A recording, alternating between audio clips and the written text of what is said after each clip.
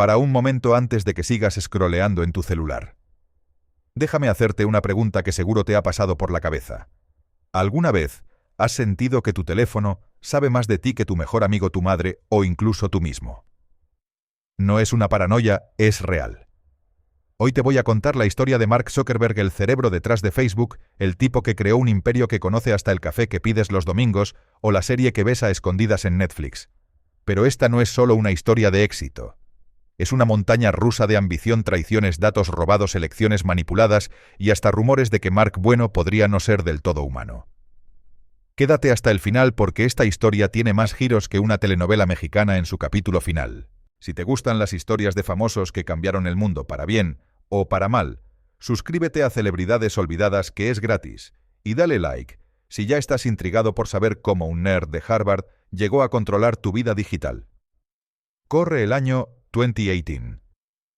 Imagina la escena: Mark Zuckerberg, con apenas 34 años, está sentado en una silla incómoda en una sala llena de senadores en Washington. No es una película de Hollywood, aunque lo parece. Está en problemas serios. Los titulares del mundo están explotando. Facebook manipuló elecciones, datos de millones robados, Zuckerberg contra las cuerdas. ¿Qué pasó? Un escándalo con una empresa llamada Cambridge Analytica hizo que el mundo entero se preguntara: ¿hasta dónde llega el poder de las redes sociales? Y en medio de esta tormenta, un senador, con la calma de quien sabe que va a dar en el clavo, le suelta una pregunta que lo deja sin palabras. Señor Zuckerberg, ¿nos diría en qué hotel durmió anoche? ¿O con quién chateó ayer por la noche? Mark, con cara de póker, como si le hubieran pedido el código fuente de su vida, responde no. Y en ese momento el mundo se dio cuenta de algo brutal. La privacidad que creemos tener no es tan real como pensamos. Pero ¿cómo llegamos a este punto?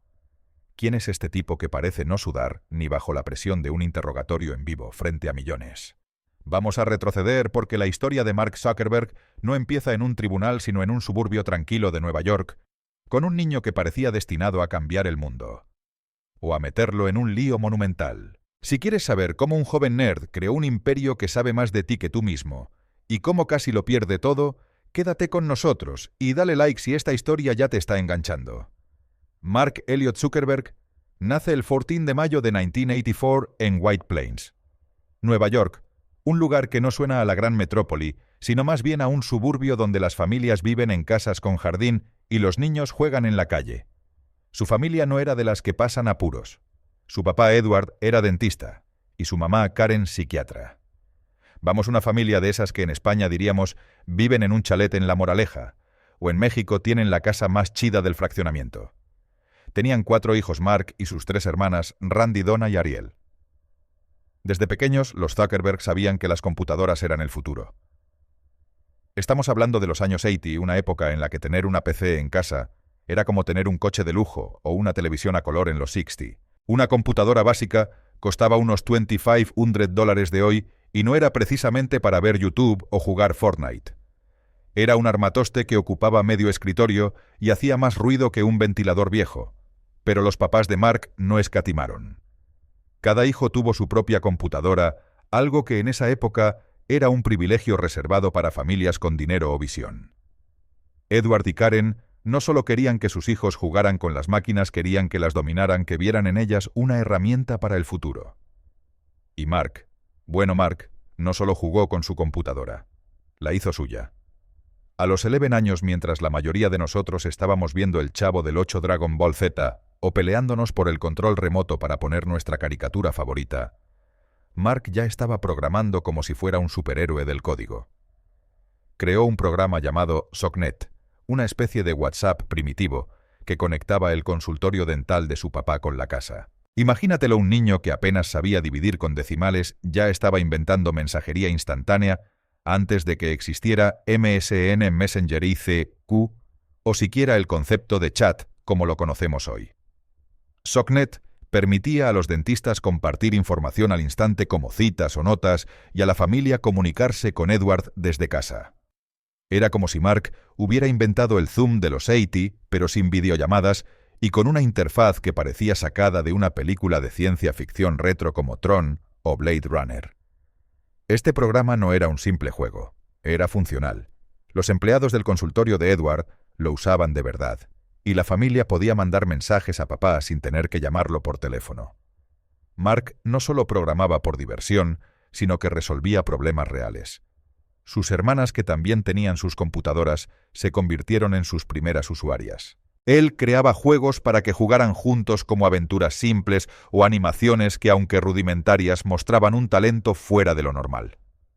Mientras sus amigos jugaban al fútbol, se peleaban por quién tenía el mejor Pokémon, o se pasaban horas en el arcade. Mark estaba encerrado en su cuarto descifrando lenguajes de programación como si fueran crucigramas. Los padres de Mark no solo le dieron herramientas, también le inculcaron disciplina y una visión de futuro. Edward, el dentista, sabía que las computadoras no eran un juguete, sino una puerta al mundo laboral del siglo XXI. Karen, la psiquiatra, entendía cómo motivar a sus hijos para que exploraran sus talentos. Y Mark se obsesionó. Pasaba días enteros frente a la pantalla programando juegos, experimentando con código, creando animaciones. Era el típico niño que, si le dabas un rompecabezas, no paraba hasta resolverlo, aunque tuviera que quedarse despierto hasta la madrugada. Si esto te parece una locura, dale like, porque la historia de Mark apenas está comenzando, y se pone aún más interesante. Los papás de Mark sabían que tenían un diamante en bruto, así que lo mandaron a Phillips Exeter Academy, una de las escuelas preparatorias más prestigiosas de Estados Unidos. Esta no era cualquier escuela. Era el tipo de lugar donde los hijos de políticos, empresarios y genios se preparaban para conquistar el mundo. Exeter no era solo un lugar para estudiar, era un semillero de líderes. Ahí Mark no solo aprendió francés, hebreo, latín y griego antiguo, sí todo eso como si fuera Hermione Granger en una biblioteca infinita, sino que también se destacó en otras áreas. Fue capitán del equipo de esgrima, un deporte que requiere precisión y estrategia, y ganó premios en ciencias y literatura clásica. Vamos, era el típico compañero que te cae mal porque lo hace todo bien y encima no presume. En Exeter, Mark conoció a Adam D'Angelo, otro cerebrito como él. Juntos, como si fueran los vengadores de la programación, crearon Synapse, un reproductor de música que aprendía tus gustos y armaba playlists automáticamente. ¿Te suena a Spotify? Bueno, esto fue en el año 2000, una época en la que todavía descargábamos canciones de Napster a velocidad de tortuga y rezábamos para que no nos cayera un virus. Synapse era revolucionario, porque usaba inteligencia artificial básica para analizar tus hábitos musicales y sugerirte canciones. Era como si tuvieras un DJ personal que sabía exactamente qué querías escuchar, algo que hoy damos por sentado, pero que en ese entonces era ciencia ficción. Microsoft olió el talento y ofreció $1 millón por Synapse, pero Mark, con una tranquilidad que asusta, dijo: «No, gracias. Prefiero regalarlo. Sí, regalarlo». En serio, ¿quién hace eso? Él y Adam decidieron liberar el software gratis en Internet, una decisión que muchos vieron como locura, pero que mostraba la mentalidad de Mark. No estaba en esto solo por el dinero. Quería crear algo grande, algo que cambiara el juego, algo que dejara huella. Esta decisión no solo sorprendió a sus compañeros, también llamó la atención de las empresas tecnológicas que empezaban a fijarse en este joven prodigio. Si esta historia te está enganchando, suscríbete a Celebridades Olvidadas y activa la campanita para no perderte lo que viene. En 2002, Mark entra a Harvard para estudiar psicología y ciencias de la computación. ¿Por qué psicología? Porque este tipo no solo quería programar, quería entender cómo pensamos, qué nos mueve, qué nos hace clicar un botón. Harvard no era solo una universidad, era un hervidero de ideas. Los estudiantes no solo buscaban un título, sino inventar el próximo gran negocio. Y Mark, con su mente inquieta, encuentra su tribu. Se junta con Eduardo Saverin, un brasileño con olfato para los negocios, hijo de un empresario rico. Eduardo es de esos que llegan a clase en traje, como si estuviera listo para cerrar un trato en Wall Street.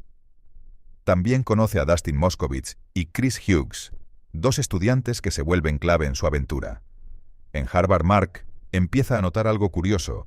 Los estudiantes elegían sus clases no solo por el tema, sino por quién estaría en ellas. Amigos, crushes, rivales. Esto creaba un caos en los registros, con pasillos llenos de alumnos revisando listas de inscripción como si fueran las alineaciones de un partido de fútbol. Así que Mark crea Course Match, una web que mostraba en tiempo real quién se había inscrito en cada clase. Era simple pero útil. Resolver problemas prácticos con código era lo suyo, y esta pequeña herramienta le dio una idea más grande: conectar a las personas de una forma que el Internet aún no había visto. Pero el verdadero chispazo llega en una noche de borrachera. Mark, después de una cita desastrosa con una chica de esas donde dices, mejor me quedo viendo. La Casa de Papel llega a su cuarto, abre una cerveza y empieza a escribir en su blog de LiveJournal. Si no sabes qué es LiveJournal, piensa en un Tumblr prehistórico o un diario digital donde podías quejarte de la vida. Ahí medio enojado y medio borracho despotrica sobre la chica y se pone a mirar las fotos de los Facebooks de Harvard que eran como anuarios digitales de las residencias estudiantiles. Y entonces se le ocurre una idea loca: crear FaceMash, una web donde los estudiantes podían votar quién era más atractivo comparando fotos. El problema es que para hacer esto Mark hackea los servidores de Harvard y roba las fotos de las residencias. Sí, hackea la universidad más prestigiosa del mundo como si fuera un nivel fácil de un videojuego. Usa un código que Eduardo Saverin había escrito para clasificar jugadores de ajedrez y lo adapta para rankear fotos por atractivo. La página se lanza, se viraliza en horas y colapsa los servidores de Harvard. Los estudiantes se vuelven locos, votando, algunos riendo, otros indignados. Las asociaciones femeninas no están nada contentas y acusan a Mark de invadir la privacidad. La universidad lo llama a rendir cuentas y él se disculpa con cara de no volverá a pasar. Pero en el fondo Mark sabe que ha encontrado algo grande. FaceMash no era solo una broma, era la semilla de algo mucho más ambicioso. Si esta travesura te sacó una sonrisa, dale like y comparte con ese amigo que siempre mete la pata. FaceMash fue solo el comienzo. Mark, junto con Eduardo Saverin, Dustin Moskovitz y Chris Hughes, empieza a trabajar en algo más grande de Facebook. Eduardo pone $1,000 a cambio del 30% de la empresa y el título de jefe de finanzas. Pero aquí viene el primer drama. Los gemelos Cameron y Tyler Winklevoss, junto con su amigo Divya Narendra, le piden a Mark que programe Harvard Connection, una red social exclusiva para estudiantes de Harvard. Mark acepta, pero en secreto empieza a trabajar en su propio proyecto. Pasa noches sin dormir programando como poseído mientras le da largas a los Winklevoss con excusas como tengo mucha tarea o estoy muy ocupado. En un mes, el 4 de febrero de 2004, lanza de Facebook exclusivo para estudiantes de Harvard con correo edu. La plataforma es simple. Pones tu nombre real, tu foto, tus intereses y, lo más importante, tu estado sentimental. Soltero, en una relación. ¿Es complicado? En semanas miles de estudiantes se registran. ¿Por qué? Porque a diferencia de MySpace o Friendster, donde podías ser Gatita Sexy 2000 o el lobo solitario en The Facebook eras tú. Era como una plaza digital donde veías a tus amigos de la vida real, no a un extraño de un foro random. The Facebook no solo era fácil de usar, también era seguro. Solo las personas que aceptabas podían ver tu perfil y las opciones de privacidad eran claras. Esto era un cambio brutal en una época donde el Internet aún se veía como un lugar peligroso gracias a películas como Matrix o Hackers, que pintaban la red como un mundo lleno de inadaptados y piratas informáticos. Además, Mark añadió una función clave: el estado sentimental. De repente podías saber si tu crush estaba soltero sin tener que preguntarle en persona. Vamos, era como tener un superpoder social. El éxito de The Facebook fue inmediato. En pocos días, más de 650 estudiantes se registraron y en 2 semanas la cifra subió a 4,000. Para una plataforma lanzada en 2004, cuando el Internet era lento y los smartphones no existían, esto era una locura. Pero lo que hacía de Facebook especial no era solo su simplicidad, sino su capacidad para crear comunidad.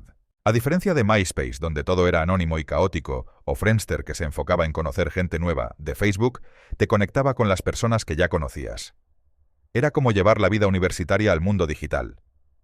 Si alguna vez usaste de Facebook para stalkear a alguien, déjanos un comentario confesándolo. El éxito de The Facebook no pasa desapercibido.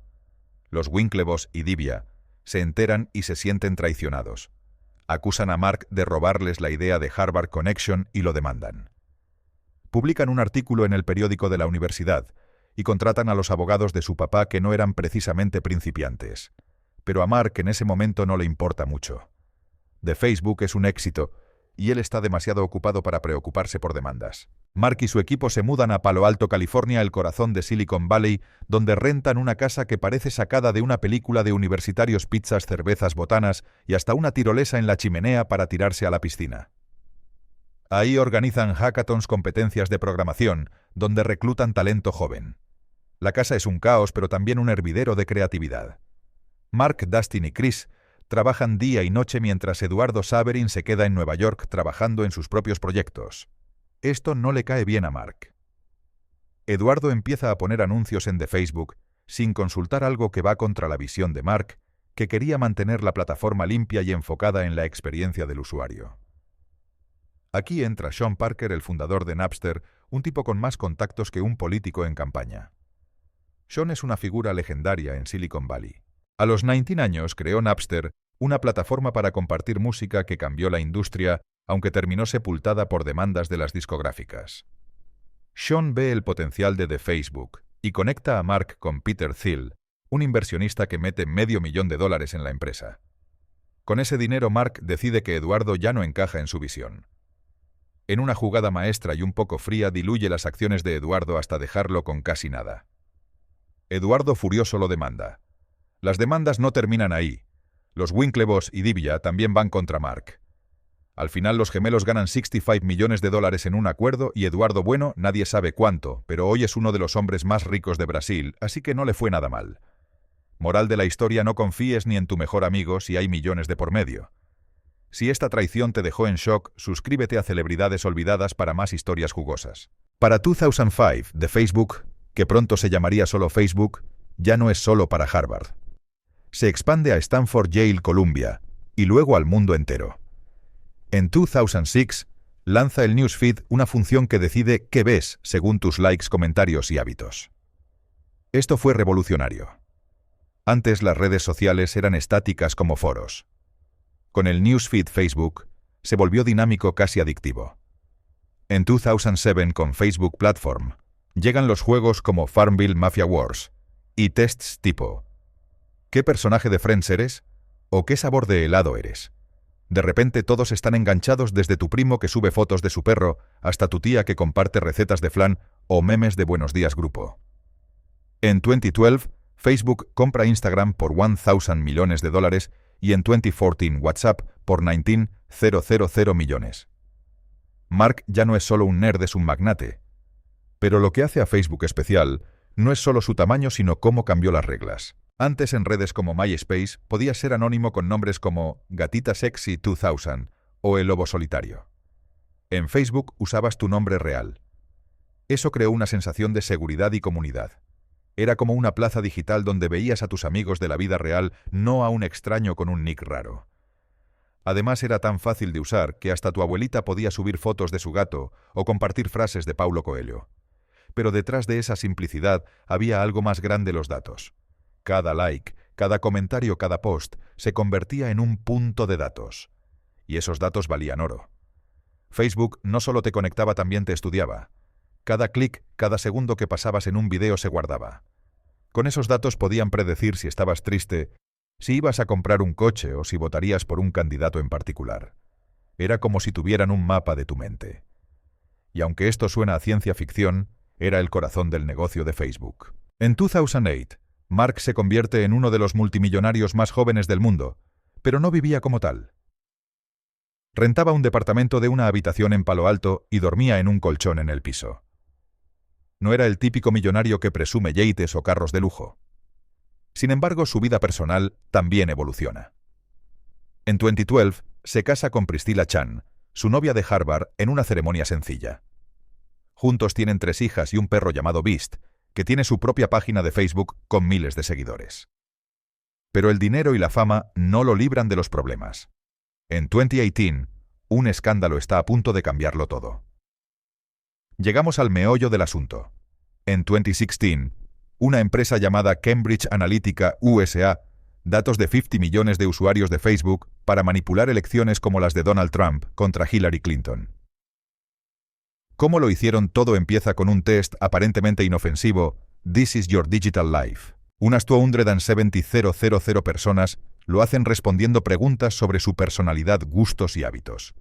Pero la app no solo toma sus datos, sino también los de sus amigos, sin que estos lo sepan. 50 millones de perfiles en total. Cambridge Analytica USA esa información para crear perfiles psicológicos de millones de votantes. Con esos perfiles bombardean a las personas con anuncios ultra personalizados. Por ejemplo, si eras una mamá preocupada por la seguridad de tus hijos, te mandaban videos de Trump prometiendo mano dura contra el crimen. Si eras un joven desempleado, te llenaban de propaganda anti-inmigrante diciendo que los inmigrantes te quitaban el trabajo. Todo tan preciso que parecía magia negra. Y no solo pasó en Estados Unidos. En Trinidad, Cambridge Analytica usó una estrategia aún más astuta. Sabían que los jóvenes afrocaribeños no estaban muy interesados en la política, así que lanzaron una campaña para promover la apatía como algo cool. Crearon un movimiento llamado DOSO, que en la jerga local significaba no hagas nada. La idea era convencer a los jóvenes de que no votar era una forma de rebeldía. Pero aquí viene el giro: las familias indias, que son más estrictas y tradicionales, sí llevaban a sus hijos a votar. El resultado: el candidato indio ganó por un puñado de votos gracias a una campaña que aprovechó las diferencias culturales y los datos de Facebook. En 2018, el escándalo explota. Mark tiene que enfrentarse al Congreso de Estados Unidos. Es una de las audiencias más vistas en la historia. Mark, preparado por un ejército de abogados, responde con calma, pero su lenguaje corporal es extraño. No parpadea, no suda, parece un robot. Los memes no se hacen esperar. Mark es un alien. Mark es un lagarto disfrazado. Pero hay una explicación más humana. Algunos creen que Mark podría estar en el espectro autista de alto funcionamiento. Su obsesión por programar, su dificultad para conectar emocionalmente en público, su postura tensa y su forma de hablar tan controlada encajan con algunos rasgos del espectro. No es un diagnóstico, pero explicaría por qué parece de otro planeta. Durante la audiencia, el senador Dick Durbin le hace la pregunta que lo pone contra las cuerdas. «Señor Zuckerberg, ¿nos diría en qué hotel durmió anoche?» Mark responde no. Y ahí en vivo se expone la ironía. Facebook sabe todo de nosotros, pero Mark no quiere compartir ni un detalle de su vida. La audiencia no es un desastre total, pero daña la imagen de Facebook. Muchos empiezan a verlo como una empresa sin alma dispuesta a vender tus datos al mejor postor. Si tienes una teoría sobre Mark, déjanos un comentario que queremos leerte. El escándalo de Cambridge Analytica no solo dañó la imagen de Facebook, sino que hizo que el mundo se preguntara hasta dónde llega el poder de las redes sociales. Facebook no solo te conecta, también te estudia. Cada like, cada comentario, cada segundo que pasas viendo un video se convierte en un punto de datos. Y con esos datos pueden predecir si estás triste, si vas a comprar un coche o si votarás por un candidato en particular. Suena a un capítulo de Black Mirror, pero es real. Facebook. USA, una herramienta llamada el gráfico social, un mapa gigante que conecta a cada usuario con sus amigos, intereses y comportamientos. Con este mapa pueden deducir cosas que ni tú mismo sabes. Por ejemplo, si pasas mucho tiempo viendo publicaciones sobre bebés, el algoritmo puede inferir que estás pensando en tener un hijo. Si compartes memes políticos, puede adivinar tus inclinaciones ideológicas. Y con esa información te muestran anuncios tan precisos que parecen leer tu mente. ¿Alguna vez buscaste un producto y luego te apareció en todos lados? No es casualidad. Es el gráfico social trabajando. Pero no todo es malo. Facebook cambió el mundo. Nos permitió reconectar con amigos de la infancia, compartir fotos de nuestras vacaciones, discutir si La Casa de Papel es mejor que Breaking Bad, o pelear en los comentarios sobre si el mejor equipo es el Real Madrid o el Barça. Nos dio una forma de estar cerca de nuestros seres queridos incluso a miles de kilómetros. Pero también abrió la puerta a la manipulación. Cambridge Analytica no inventó la rueda, solo usó las herramientas que Facebook permitió. Y aunque Mark se disculpó, la confianza se rompió. En un día Facebook perdió $100 millones en valor. 100 millones. Con eso compras una isla, dos o hasta un equipo de fútbol como el América o el Atlético de Madrid. Mark Zuckerberg no es un villano de película, pero tampoco un santo. Es un tipo que con apenas 20 años creó algo que cambió cómo nos conectamos. Pero también nos enseñó una lección en el mundo digital: tus datos son el nuevo petróleo. Y mientras sigamos dando likes sin leer las letras chiquitas, alguien estará usándolos. Facebook. Ahora Meta es mucho más que una red social. Es una empresa que apuesta por la realidad virtual con Oculus, el metaverso, y hasta lentes inteligentes con inteligencia artificial. Pero en el fondo, la historia de Mark nos recuerda algo: las redes sociales nos acercan, pero no nos unen. Seguimos siendo humanos, con cerebros que no han cambiado mucho desde que vivíamos en cuevas. Somos seres sociales, y aunque chatear por WhatsApp, mantener la racha en TikTok, o hacer videollamadas mientras juegas Free Fire, puede sentirse como cercanía, no reemplaza el contacto humano real.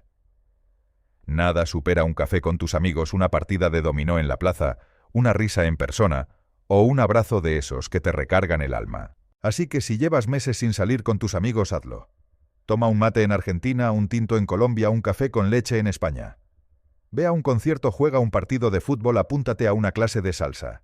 Y si sientes que no tienes a nadie cerca, recuerda que siempre hay puertas que puedes tocar: un hobby, un deporte, una clase, un simple hola.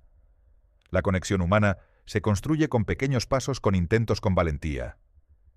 Porque por más algoritmos, likes o notificaciones que existan, nada reemplaza el calor de una risa compartida, un silencio cómodo o un abrazo que llega al alma. Si esta historia te voló la cabeza, suscríbete a Celebridades Olvidadas y activa la campanita. Comparte este video con ese amigo que siempre dice: mi celular me escucha. Y déjanos un comentario: ¿crees que Mark es un genio, un robot o algo más? Nos leemos abajo. Esto fue todo por hoy, pero en Celebridades Olvidadas seguimos desenterrando las historias de los famosos que han marcado el mundo para bien o para mal. Dale like si quieres más historias como esta y suscríbete, que es gratis y nos ayuda un montón. Nos vemos en el próximo video. Hasta pronto.